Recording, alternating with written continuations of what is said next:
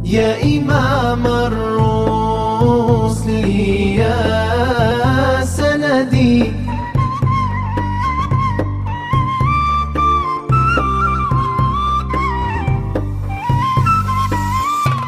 Warahmatullahi wabarakatuh. Selamat pagi anak-anak semua. Berjumpa kembali dengan Ibu di mata pelajaran sejarah kebudayaan Islam. Hari ini pertemuan keempat kita masih di bab pertama, yaitu masa kejayaan Islam Khulafaur Rasyidin. Pembahasan kita kali ini ke Khalifah Utsman bin Affan. Hari ini kita akan menonton video dari profil baginda Khalifah Utsman bin Affan. Semoga kalian semua bisa menyimak baik-baik video yang telah Ibu putar dan menyimpulkan hasil dari kalian menonton.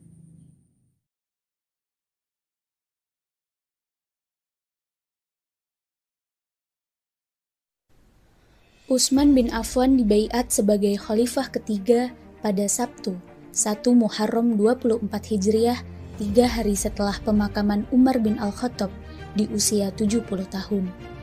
Ia memerintah selama 12 tahun dari tahun 644 sampai 655 Masehi atau 23 hingga 35 Hijriah. Khalifah sebelumnya, Umar bin Al-Khattab, telah menyiapkan sebuah komite yang terdiri dari 6 orang sahabat Rasulullah Shallallahu Alaihi Wasallam untuk memilih khalifah di antara mereka.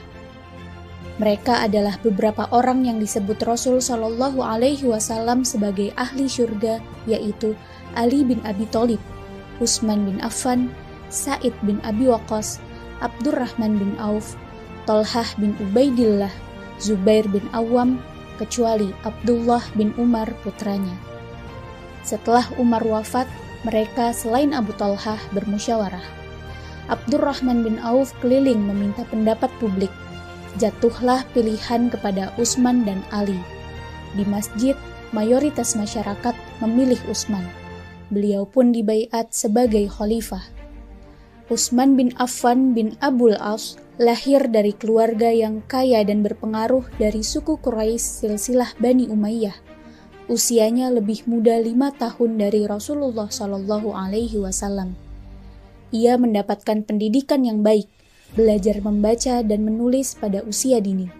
Di masa mudanya, ia telah menjadi seorang pedagang kaya yang dermawan serta terkenal dengan kejujuran dan integritasnya. Mengenai sifat rendah hatinya ini, Rasulullah Shallallahu Alaihi Wasallam bersabda, "Bukankah pantas aku merasa rendah hati terhadap seseorang yang bahkan malaikat pun berendah hati terhadapnya?" Utsman merupakan sahabat karib Abu Bakar. Lewat Abu Bakar, ia bertemu Muhammad dan masuk Islam.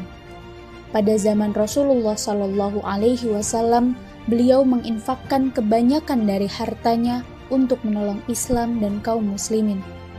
Utsman bin Affan punya julukan Dzunnuwarain wal Hijratain, artinya memiliki 2 cahaya dan 2 kali hijrah. Ia menikahi 2 putri Nabi, Ruqayyah dan Ummu Kulsum. Utsman juga 2 kali hijrah, yakni ke Hasbi dan ke Madinah. Masa pemerintahan Utsman bin Affan dipenuhi dengan banyak penaklukan sebagai penyempurna penaklukan di masa pemerintahan Khalifah Umar. Penaklukan yang dilakukan selalu berlanjut, baik melalui jalur darat maupun laut. Ia juga membentuk armada laut Islam yang pertama ketika terjadi perang Zatus Sawari, perang tiang kapal yang dipimpin oleh Muawiyah bin Abi Sufyan pada 31 Hijriah.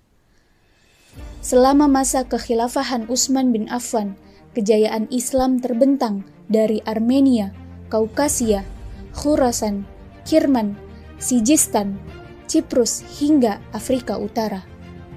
Ia membangun polisi keamanan dan pengadilan. Sebelumnya, pengadilan digelar di masjid dan oleh Utsman dibangun gedung baru khusus gedung pengadilan.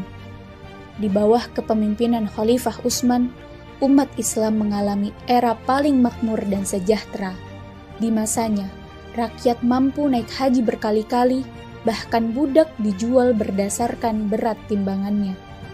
Utsman juga dikenang sebagai khalifah pertama yang memperbaiki dan memperluas Masjidil Haram di Mekkah dan Masjid Nabawi di Madinah. Ini seiring banyaknya umat Islam yang melaksanakan ibadah haji sebagai rukun Islam kelima. Khalifah Utsman pun berhasil membangun sebuah bendungan besar untuk mencegah banjir dan mengatur pembagian air ke seluruh bagian kota serta mengairi sawah. Banyak juga jalan dan jembatan yang dibangun. Kontribusi Utsman yang paling besar dalam sejarah Islam adalah kompilasi teks asli Al-Quran yang lengkap. Pembukuan dilakukan karena Islam semakin luas. Banyak salinan Al-Quran berdasarkan teks asli juga telah dibuat dan distribusikan ke seluruh dunia Islam.